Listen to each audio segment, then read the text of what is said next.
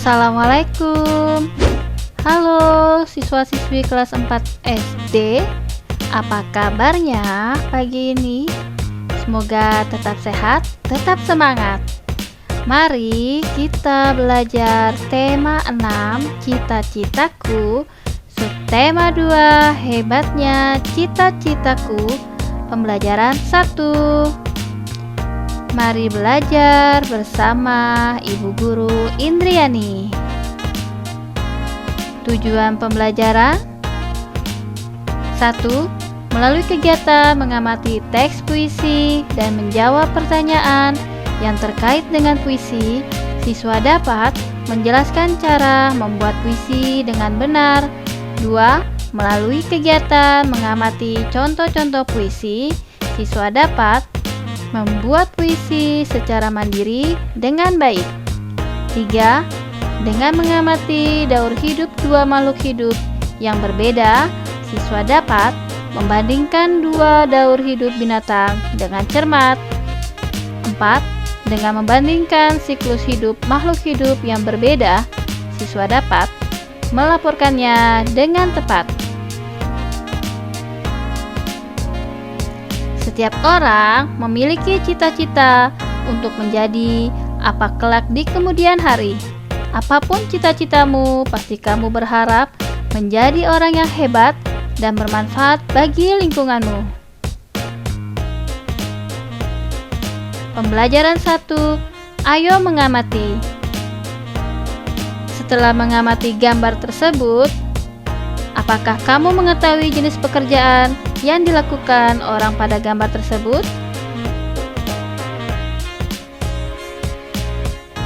Kisah seorang guru anak berkebutuhan khusus. Seorang wanita muda terpanggil untuk menjadi seorang guru. Bukan sembarang guru, melainkan guru bagi anak-anak berkebutuhan khusus. Semuanya berawal dari kepeduliannya terhadap kurangnya anak-anak berkebutuhan khusus di Indonesia yang sesuai pendidikannya. Sanggita Rahman nama wanita muda itu. Ia adalah seorang dokter yang beralih profesi menjadi seorang guru anak-anak prasekolah. Pada awalnya, ia mengajar anak-anak prasekolah untuk mengisi waktu luangnya. Akan tetapi, lama-kelamaan ia mencintai kegiatan itu. Baginya, mengajar anak-anak prasekolah membuatnya mengerti tumbuh kembang anak yang akan mempengaruhinya saat mereka kelak. Pada saat mengajar anak-anak prasekolah, ia menemui beberapa siswa yang berkebutuhan khusus seperti anak yang menderita autis atau kesulitan belajar lainnya. Anak-anak ini memerlukan cara pengajaran dan bimbingan khusus yang berbeda dengan anak yang tidak berkebutuhan khusus. Ia melihat saat itu tidak banyak sekolah yang tahu bagaimana mengajar anak-anak tersebut. Sanggita kemudian memutuskan untuk menimba ilmu dan keterampilan yang membantunya untuk memahami anak-anak tersebut. Dengan demikian, ia dapat menjadi guru yang baik bagi anak-anak tersebut. Sumber www.saiindonesia.com. Lalu kita jawab pertanyaan berikut. 1. Siapakah Sanggita Rahman? Yaitu seorang dokter yang beralih profesi menjadi seorang guru anak-anak prasekolah. 2. Mengapa ia ingin menjadi guru? Ia ingin menjadi guru berawal dari kepeduliannya terhadap kurangnya pendidikan yang sesuai bagi anak-anak berkebutuhan khusus. 3. Sikap apakah yang ditunjukkan oleh Sanggita untuk menjadi guru yang baik? Yaitu sikap kepeduliannya terhadap anak-anak prasekolah dan anak-anak berkebutuhan khusus. 4. Menurutmu, sikap apakah yang diperlukan untuk menjadi guru yang baik? Yaitu sikap kepedulian terhadap kebutuhan anak-anak, kasih sayang tanpa membedakan anak satu dengan yang lainnya, sikap tanggung jawab terhadap masa depan anak. Setiap orang memiliki cita-cita yang baik. Tidak ada cita-cita yang hebat, oleh karenanya teruslah berusaha meraih cita-citamu. Apakah dan adakah di antaramu yang ingin menjadi dokter? Bacalah puisi dalam hati. Perhatikan bagian-bagian di dalam puisi dengan seksama.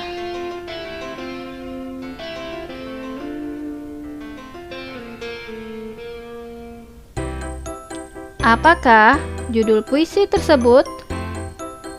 Puisi di atas berjudul Cita-Citaku. 2. Siapakah yang membuat puisi tersebut? Dibuat oleh M. Ridwan Hafiz. 3. Bercerita tentang apakah puisi tersebut? Yaitu tentang cita-cita menjadi seorang dokter PAUD. Apakah yang membedakan puisi tersebut dengan bacaan sebelumnya? Pada pembelajaran sebelumnya, puisi memiliki bait dan rima, sedangkan pada puisi di atas tidak memiliki bait dan rima. 5. Buatlah sebuah gambar yang dapat mewakili isi puisi tersebut.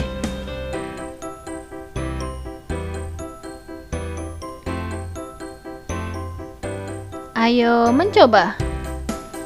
Carilah 1 atau 2 buah puisi anak dari koran, majalah atau buku-buku. Salinlah puisi tersebut di dalam buku tulismu. Baca dan amati bentuk dan isi puisi pilihanmu. Lalu jawablah pertanyaan di atas dalam buku tulismu. Kesimpulan apakah yang kamu dapatkan tentang puisi? Tulislah kesimpulanmu di dalam buku tulismu. Contoh puisi. Haus. Sepulang sekolah aku berlari. Kutahan rasa dahaga. Di rumah ibu telah menanti kedatanganku. Kulihat segelas air putih tersedia di atas meja. Dengan cepat gelasku raih lalu ku minum. Ah, lega rasanya. Karya Dadan Muldan. Apakah judul puisi tersebut? Yaitu Haus. 2. Siapakah yang membuat puisi tersebut? Yaitu Dadan Muldan. Pertanyaan ketiga, bercerita tentang apakah puisi tersebut? Tentang rasa haus sepulang sekolah. Ayo mengamati. Perhatikan gambar di atas. Profesi apakah yang ditunjukkan pada gambar di atas? Adakah di antara kamu yang ingin menjadi dokter hewan seperti pada gambar di atas? Untuk menjadi seorang dokter hewan, tentu kamu harus mengetahui segala hal tentang hewan, termasuk daur hidupnya. Mengapa? Tahukah kamu, tahapan pertumbuhan hewan dari kecil sampai dewasa disebut daur hidup hewan. Pada daur hidupnya, ada hewan yang mengalami perubahan bentuk. Ada juga yang tidak. Hewan yang mengalami perubahan bentuk tubuh dalam daur hidupnya dikatakan mengalami proses metamorfosis. Proses metamorfosis yang terjadi pada hewan terbagi menjadi 2, yaitu metamorfosis sempurna dan metamorfosis tidak sempurna. Hewan yang mengalami metamorfosis sempurna mempunyai bentuk tubuh yang sangat berbeda pada setiap tahap hidupnya. Pada saat telur menetas, perhatikanlah beberapa daur hidup hewan-hewan berikut ini. Daur hidup katak. Katak berkembang biak dengan cara bertelur di dalam air. Mulai dari telur, lalu menetas menjadi berudu yang hidup di dalam air. Kemudian, berudu berkaki berubah menjadi katak berekor. Setelah pertumbuhan anggota tubuhnya sempurna, katak akan berubah menjadi katak dewasa. Berikutnya, daur hidup kecoa. Daur hidup kecoa merupakan salah satu serangga yang juga berkembang biak dengan cara bertelur. Telur kecoa akan berubah menjadi kecoa muda yang disebut nimfa. Bentuk nimfa mirip kecoa dewasa, hanya warna kulitnya yang berbeda. Nimfa beberapa kali mengalami pergantian kulit sampai ia menjadi kecoa dewasa. Daur hidup capung. Capung juga merupakan serangga yang berkembang biak dengan cara bertelur. Sama dengan kecoa, ketika telur capung menetas, ia menjadi capung muda yang disebut nimfa. Setelah kurang lebih mengalami pergantian kulit sebanyak 10 kali, capung berubah menjadi capung dewasa. Berikutnya, daur hidup nyamuk. Nyamuk juga termasuk jenis serangga yang berkembang biak dengan menjadi jentik-jentik atau tempayak. Tempayak ini akan hidup dan mendapat makanannya dari air yang ia tinggali. Setelah cukup umur, tempayak ini berubah menjadi pupa. Setelah beberapa berubah menjadi nyamuk muda dan dewasa, nyamuk tidak hidup di air. Ia akan kembali ke air ketika hendak bertelur. Nah, adik-adik kelas 4 SD sudah periksa belum air-air di rumah, sumur-sumur di rumah, apakah ada jentik-jentik atau tempayak nyamuk? Ayo segera dibersihkan. Ayo berlatih. 1. Buatlah kelompok yang terdiri atas paling sedikit 3 orang. 2. Setiap kelompok akan mencari informasi tentang daur hidup 2 ekor hewan yang berbeda. Kalian bisa memilih 2 hewan yang berbeda. 3. Catatlah semua informasimu ke dalam diagram berikut ini. Lakukan untuk kedua hewan yang telah kamu pilih. Dan terakhir, presentasikan di depan kelas. Contoh, daur hidup hewan 1. Hewan ayam. Ayam berkembang biak dengan cara bertelur. Jenis daur hidup tanpa metamorfosis. Contoh, daur hidup hewan 2 yaitu katak. Katak berkembang biak dengan bertelur.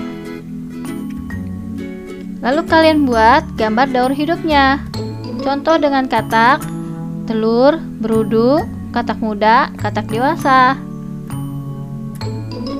Jenis daur hidup metamorfosis sempurna. Perbedaan daur hidup hewan 1 dengan hewan 2. Contohnya, kambing dan belalang. Kambing tidak mengalami metamorfosis, sedangkan belalang mengalami metamorfosis tidak sempurna.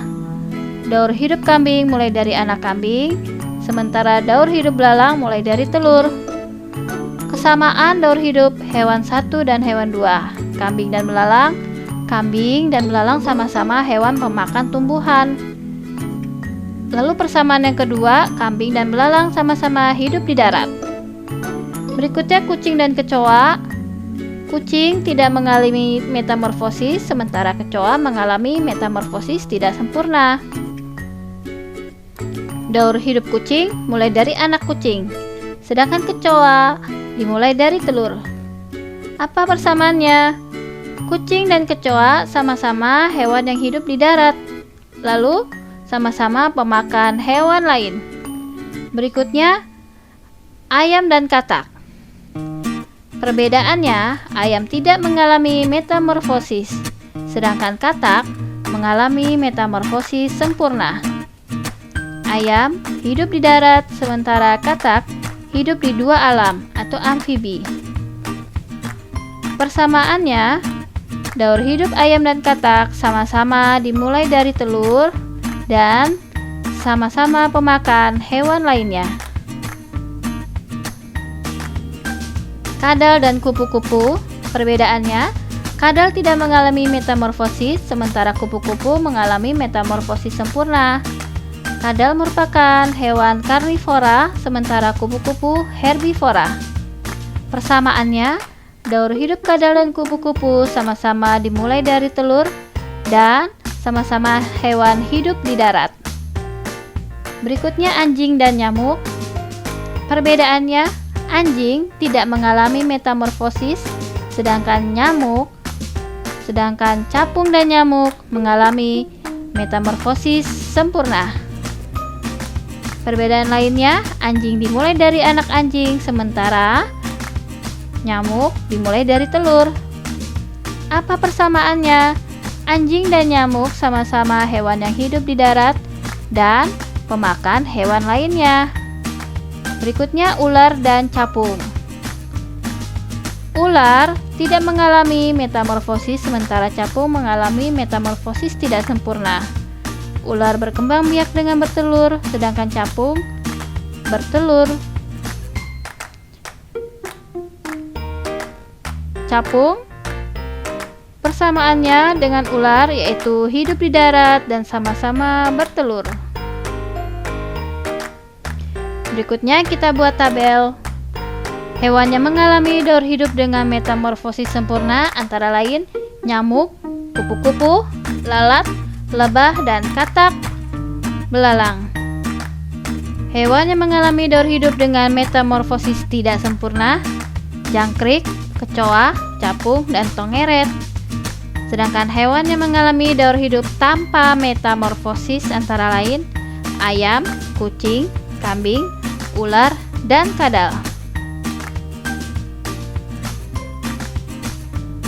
Sekian pembahasan tema 6, subtema 2, pembelajaran 1. Semoga adik-adik kelas 4 SD sudah paham. Terima kasih sudah menonton. Semoga bermanfaat dan sampai berjumpa kembali. Wassalamualaikum warahmatullahi wabarakatuh.